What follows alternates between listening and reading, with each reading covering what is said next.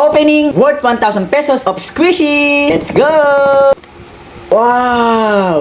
So mga kadugyot, alala nyo, natalo nga pala ako ni Carpagel sa challenge at ang price niya ay mga squishy. So eto, bumili na ako ng mga squishy at ngayon bubuksan na natin at titingnan natin isa-isa. Eto guys, eto yung worth 1,000 pesos, marami na rin siya. Okay, so meron dito, ayan, squishy dumplings. Buksan natin siya sa dulo mamaya, ayan. Tapos meron din ditong isang maliit pa na squishy dumplings. Open din natin mamaya, ayan, dalawa na sila. Tapos eto, wow, ang laki! Ang laki Oreo!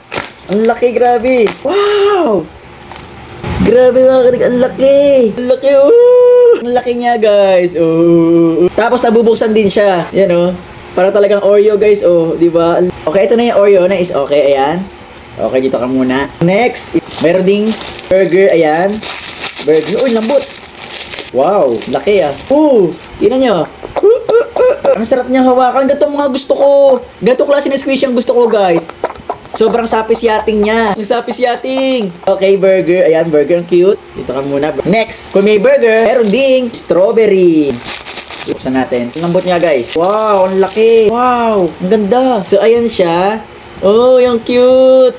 Di ba? Ang cute. Ito mga gusto ko, guys. Kasi sobrang sapis-yating, nakakabawas ng stress. Ayan, guys. Ito yung strawberry. Cute. Dito ka muna. Next naman, itong cheese. Maliit lang siya, pero yan, lambot din. Malambot. Buksan natin. Wow! Wow! Pag pinisil natin, ang cute! Ito talaga mga gusto kong mga squishy. Ayan, di ba? Ang ganda. Dito ka muna. Next! First time pa na makakita nito. Tingnan nyo. Bilog siya sa loob. Ano kaya to? Squishy Orbis ba tawag dito? Wow! Parang ganda ng texture niya, guys, ganun sounds niya. Meron siyang sounds. Sobrang sapis-yating na sounds niya. Pwede siya ipang-asmere.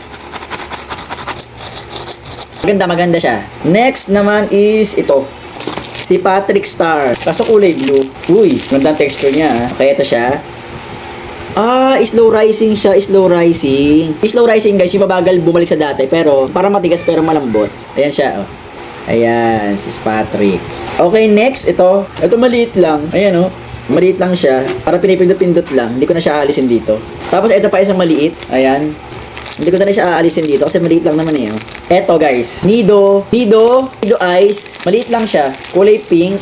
Glitter Nido. Glittering Nido siya, guys. Ayan, Ice Cube Nido. Ice Cube Nido. Okay, ang ganda rin. Glittering nasa loob. Masarap niya pindot-pindotin, guys.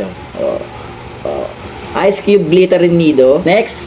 Eto, Nido. Cube Squeeze. So, buksan natin. Yan. Naka-plastic pa siya, guys. Laki. Slow rising yata siya. Ayan, guys. Nido squishy, kulay green. Tapos, tingnan nyo, guys. Pisil ko, babalik siya sa dati. Tingnan nyo. Slow rising siya Ayun na, nagiging square na siya, diba?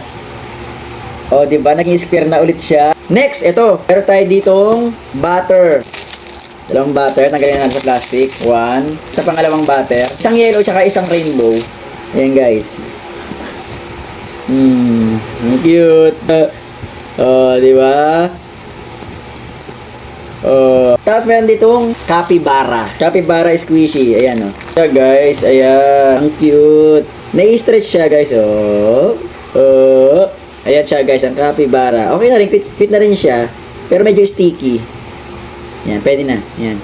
Ayan. Ito na silang lahat. At ngayon, bubuksan na natin ng mga dumpling. Ito muna maliit. Sana color yellow. Kasi mahilig ako sa color yellow. Pipigat ako, ha. 3, 2, 1. Kulay purple. Ang cute. Okay na rin. Next naman itong malaki. Sana color yellow, please. Sana color yellow. Pipigit ulit ako. Wow! Hindi nga siya yellow pero golden. Wow! Ang ganda. Ang ganda. Ang ganda. Ang ganda. Tignan niyo, may mukha pa. Ayan sa mga kadagat. Ito na ang aking worth 1,000 pesos na squishy.